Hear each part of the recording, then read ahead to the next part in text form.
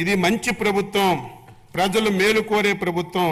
రాష్ట్ర ప్రభుత్వం తరపున వ్యవసాయం మరియు అనుబంధ శాఖల బడ్జెట్ కింద 2025-26 సంవత్సరానికి గాను మొత్తం 48,341.14 కోట్లు, 48,341.14 కోట్లు ప్రతిపాదిస్తున్నాను. 2025-26 బడ్జెట్ను సభ ఆమోదం గురించి ప్రవేశపెడుతున్నాను.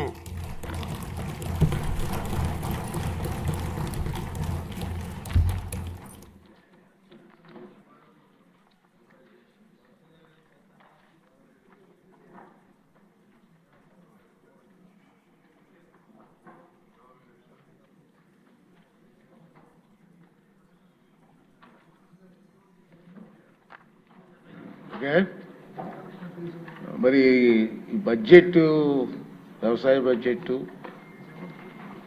మన ఫైనాన్స్ మినిస్టర్ బడ్జెట్ జరుగుతున్న సమయంలో గ్యాలరీలో కేంద్ర మంత్రి గారు ఉండి చూస్తున్నారండి, రామ్మోహన్ నాయుడు గారు. Thank you sir. వారితో పాటు సీఎం రమేష్ గారు, ఎంపీ గారు, కేశినేని గారు, వీళ్ళందరూ ఎంపీ గారు కూడా వచ్చి ఉన్నారు.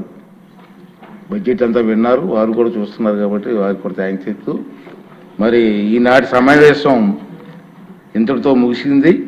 తిరిగి సోమవారం అంటే మార్చి 3వ తారీఖు ఉదయం 9 గంటలకు మళ్ళీ అందరం కలుద్దాం. Thank you very much.